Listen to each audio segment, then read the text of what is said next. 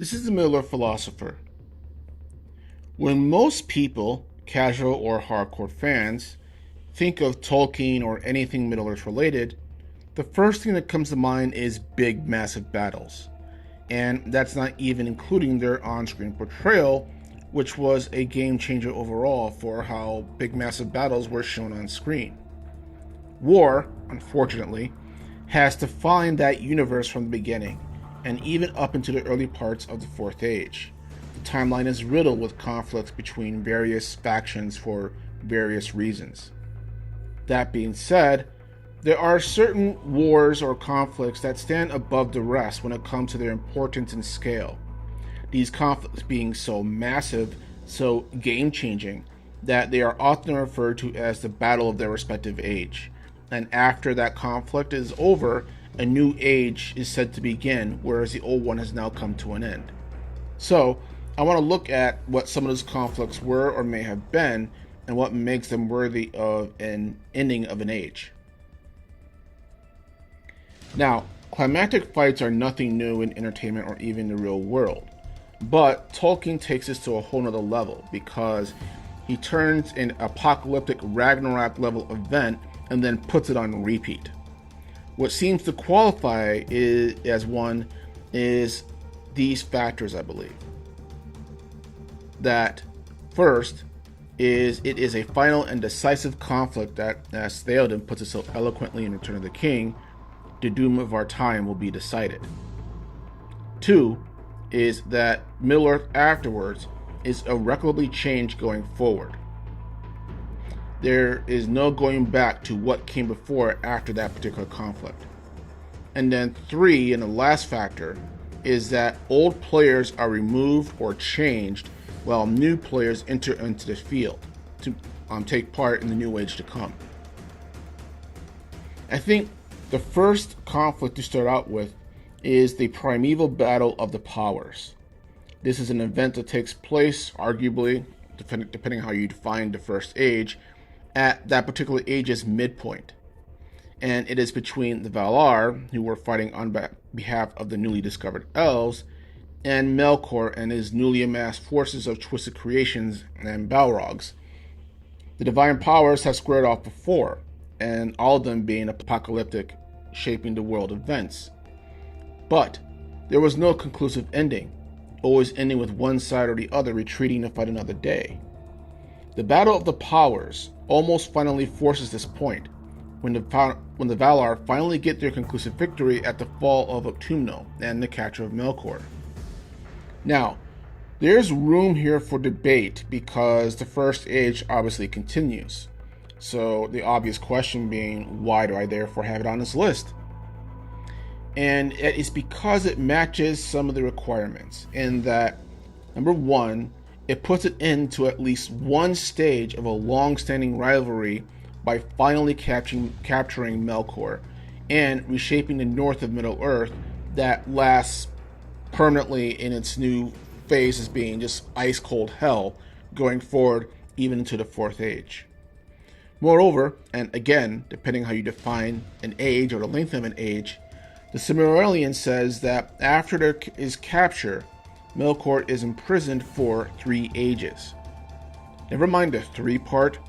During that time, the board is changed, with the elven migration, division, and the flourishing of both sides of the sea, as well as the coming of the doors, and, if you'll give me using the term, a long peace where everything on both sides of the sea is finally chill.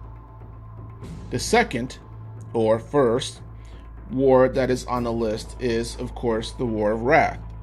Arguably, more than any other battle, except for one, in my opinion, perfectly encapsulates the words apocalyptic and massive Ragnarok, or end. During this conflict, the armies of the West and Morgoth finally have it out, and it is so massive and destructive that it covers an entire continent and ends in the collapse of an entire mountain range and the sinking of half of that continent. No lie, I don't get how this even happens without Valar level power opponents being involved, but again, that just adds to its mythos. The entire war, in fact, is shrouded in mythos with great dragons, great numbers of combatants, and lack of details of specifics, but emphasis being placed on results. It's called the greatest arms the world has ever seen for a reason. It more than perfectly fits all of the requirements. The Noldor's war with Morgoth, and by proxy the Valars, is finally and completely ended. Morgoth's forces are dead or scattered across the world, and terrified or that none of them show their faces again for a very, very, very long time. The Elven realms have long since been destroyed in Beleriand, and their survivors are now forced into yet another great migration back east, and their human allies as well, though the human allies are then rewarded into becoming the ancestors of the Empire of Numenor, the new player on the board. Nothing else really to say, except that no other war has had this godlike level of collateral damage. The second age-ending conflict, the War of the Last Alliance, is next on the list. It is the culmination of the drama of the Second Age and the conflict between the Elves, Numenorians, Dwarves against a maxed out Sauron. It is said that every race is involved in this conflict, and though not spoken of in such mythic language like the War of Wrath, enough detail is put into it that I get the impression of just how big and massive an undertaking this was. No less than 6 kings were involved. 7 if you want to include Círdan if you think he's a king. And of these 6, half of them are killed in the Free People's efforts to put Sauron down once and for all, and to end the chaos he's been spreading across the known world at that point in time. Chaos, by the way, that included another global cataclysmic event. Prior to the Last Alliance, previous conflicts either had the Western combatants barely surviving or beating him, but just barely, only for the former general of Morgoth to become resurgent sometime later on and go at them again. Like the Battle of the Powers, there's some gray here as well, in that Sauron is defeated, but not permanently, just becoming a disembodied spirit.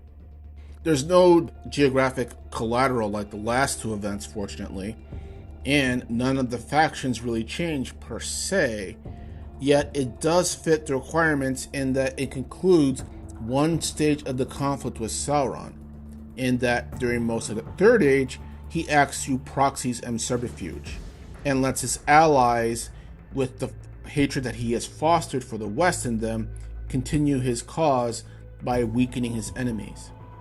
Again, 4 of the 6 kings that were involved were killed during the war: Gil-galad, Elendil, Orophyr, and Amdir. This results in major political changes for their respective peoples, and a long peace again settles over Middle-earth before the next round of conflict starts up. The Noldor still remain in Middle-earth in some capacity, but after the events of the Second Age, and culminating in the death of High King Gil-galad, this permanently scars them, causing many to finally leave for Valinor.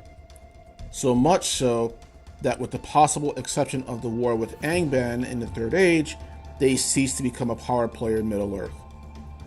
The Numenorians are still there, via Arnor and Gondor, but start their slow decline, and it's during the Third Age that the last of them that remembered or lived in Numenor dies out. The Sylvan and Sindar elves of Mirkwood and Lorien seemingly swear off war until it is eventually forced on them, and even then, it's not with the Numenorians nor their Noldor kindred. The dwarves seemingly come out the best from the conflict directly, with their tribulations not really starting until the killing of Durin VII and the war with the dragons in the mountains. And this happens later on in the Third Age. So, the impact that ends the age is more so its political impact rather than some sort of mythic divine impact. The last battle, of course, is the Battle of Minas Tirith towards the end of the War of the Ring. Another interesting choice in that, while some consider it to be the battle to decide the fate of their time, the Fourth Age doesn't really begin until the destruction of the One Ring, of which only one large-scale conflict is happening at that point, which was at the Battle of the Black Gate. So again, why do I have it on this list? It's really going to depend on your point of view. For Gondor and Rohan, this absolutely was the deciding engagement because it concluded Sauron's centuries-long military efforts to destroy both realms. More so Gondor, as Rohan was just a proxy because they were allies and weren't Númenóreans. The extent of Sauron's actual prodding is not certain, I think, but essentially that his human allies, the Easterlings and the Haradrim, and then later joined by Umbar and the Corsairs, continued the wars with the Southern Kingdom. Arnor was already destroyed by the Witch King by this point, and that left the Southern Kingdom as the last holdout of the legacy of Númenor. Dale and the Elves of Lorien and Mirkwood seemed to be weren't really that much of a threat, at least a direct threat to Sauron in terms of victory by conquest, I believe. Yes, they could resist, win some engagements in the north and so on, but nothing along the lines of marching down to Mordor and pulling a Fagolfin by knocking on Mordor's door and challenging Sauron to a fight. However, anything associated with Númenor was different in Sauron's eyes. Sauron would have conquered Middle-earth long ago had Númenor not intervened, and it was acknowledged by all that they were, the Númenóreans, the top power in all the world during the Second Age.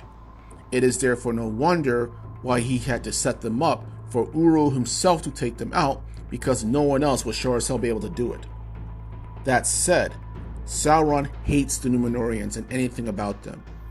It was both strategic and personal, and they all needed to die.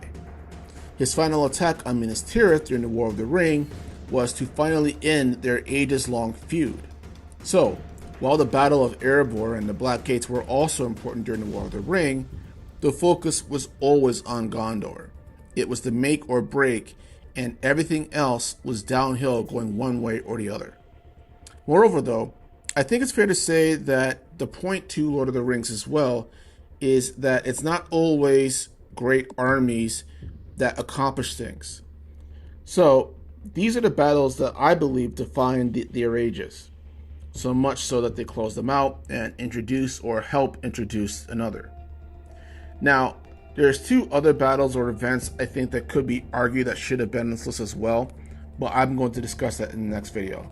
But otherwise, leave your thoughts below, and this is the Middle-earth Philosopher, and you guys have a good day.